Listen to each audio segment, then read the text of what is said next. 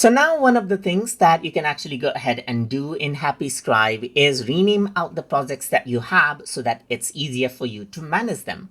For example, over here in homepage, you can see that I got these two projects right here.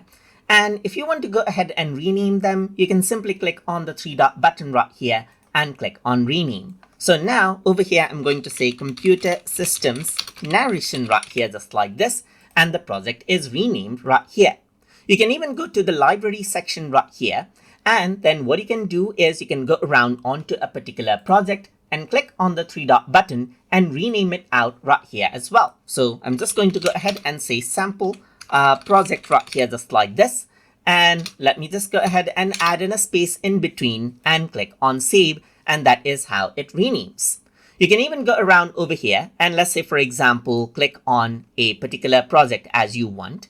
And then this is what you have. And over here on the top, you can actually see the project name. So as you click on it, you get the rename option. So now you can go ahead and type in recording sample right here. Let's say, for example, and as you do that and click on save, what happens is that the project gets renamed right here.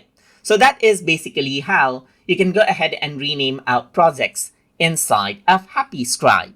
So I hope you guys learned something as always. And as always, please like, comment, share, and subscribe.